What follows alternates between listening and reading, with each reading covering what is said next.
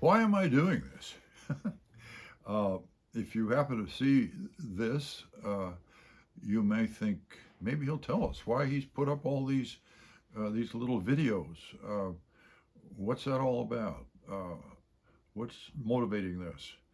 Uh, for many years, I toyed with the idea of writing a memoir, and I worked on that some. I got a voiced text software, first one called Naturally Speaking, and then one called Day One, and I actually made hard copies of a couple of hundred pages of that.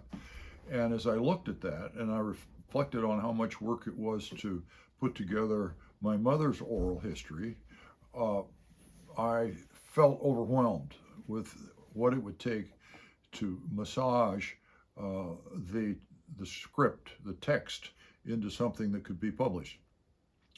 So then one day, only a few months ago, the idea swept over me. Well, what the hell? Why don't you just video memories and stories where you're not going to have to sit there and find the words that the software didn't get right, et cetera, et cetera, et cetera. So here we are.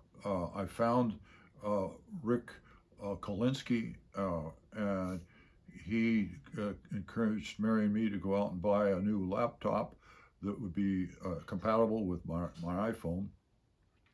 And we got a tripod and we went at it.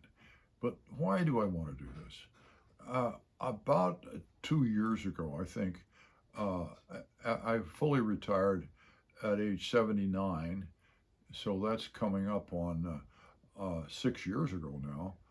Uh, and about a year or so after that, so it's been 4 or 5 years at least, I started thinking, what's going to be left of me?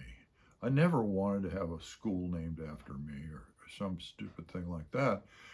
But I kind of had the feeling that I didn't want to absolutely, totally disappear.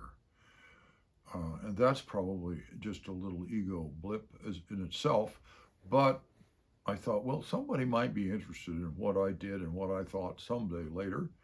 Maybe it'd be worthwhile for there to be some record of that. Uh, like I'm going to describe how bills became laws in the legislature back in the 70s and early 80s, mid 80s. Somebody may want to look at that someday and say, what the heck was he up to? What did he think? What did he do?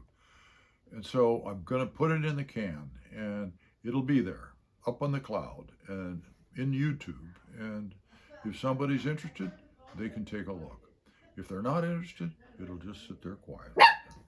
Ooh, somebody started a little doggy. So that's the why of this. It's kind of a short story, but it's just like I thought somebody might want to remember. I asked one of my aunts a few years ago what my great grandfather was like, who'd come over from the Netherlands. And all that she could contribute was, well, he had a lot of warts on his hands. But she didn't have anything to contribute about his personality, what he thought, what he believed. So I thought, that's kind of a waste. That's a loss. So I'm glad to be doing this. And if you happen to be watching it, I hope you're enjoying it.